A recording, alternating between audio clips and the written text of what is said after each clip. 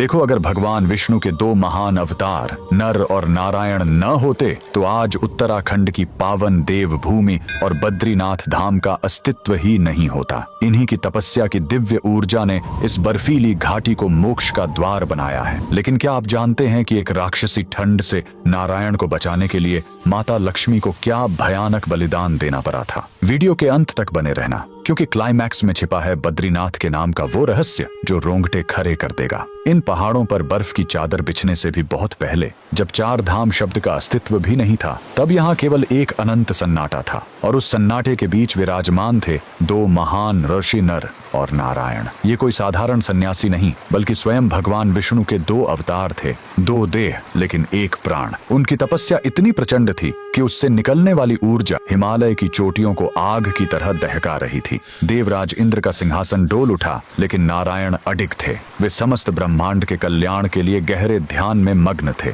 पर उस समय हिमालय की स्थिति किसी खूंखार राक्षस जैसी खौफनाक थी। हड्डियां गला देने वाली वो राक्षसी ठंड, जिस्म को चीरती हुई बर्फीली हवाएं और अंतहीन बर्फबारी। धीरे धीरे नारायण का शरीर बर्फ की परतों के नीचे दबने लगा था। वैकुंठ में बैठी माता लक्ष्मी से अपने स्वामी की यह दशा देखी नहीं गई। वे उस जमे हुए मरुस्थल में अपने आराध्य को खोजने निकल पड़ी। जब उन्होंने नारायण को उस कातिल ठंड के बीच गहन समाधि में देखा, तो उन्होंने एक ऐसा निर्णय लिया जिसने इस पूरी घाटी का इतिहास बदल दिया। माता लक्ष्मी ने स्वयं को एक बद्री यानी बेर के विशाल वृक्ष में बदल लिया। हजारों वर्षों तक वे एक छतरी बनकर नारायण के ऊपर अडिग खड़ी रहीं। वे उन पर गिरने वाली हर बर्फ को, हर तूफान को खुद पर झेलती रहीं। माता के उस निस्वार्थ बलिदान ने नारायण को उस विनाशकारी ठंड से बचाए रखा। जब युगों बाद नारायण की समाधि टूटी, तो उन्होंने देखा कि माता लक्ष्मी खुद बर्फ से पूरी तरह ढकी हुई हैं, क्योंकि माता बद्री वृक्ष बनकर उनकी रक्षक बनी थी। इसलिए नारायण बद्रीनाथ कहलाए, अर्थात बद्री के स्वामी।